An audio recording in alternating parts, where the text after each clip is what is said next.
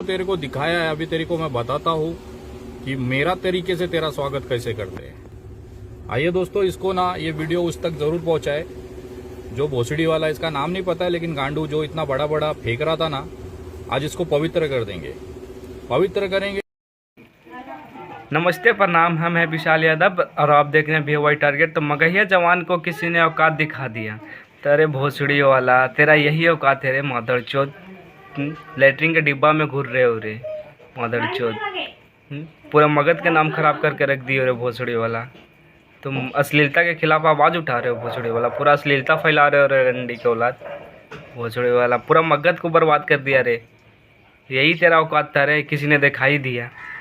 ले ले ले बेटा, तेरे को यही चाहिए था। 4 दिन से तू भौंक रहा था, बाप को लेके याद कर रहा था ना। ले, तेरे को तो डुबा डालेंगे रे अपने मुंह में। तू किधर किस सोच में बैठा है तू? तेरे हिसाब से तू बोलेगा, भौंकेगा कुत्ते। ये ले तर हो गया तू, आज पवित्र हो गया गांडू। विनय दुबे का मुंह नसीब वाले को मिलता है। पहले गाजियाबाद वाले को दिया था, आज तेरे को भी दे रहा है। ले डुबा डाला रे तेरे को।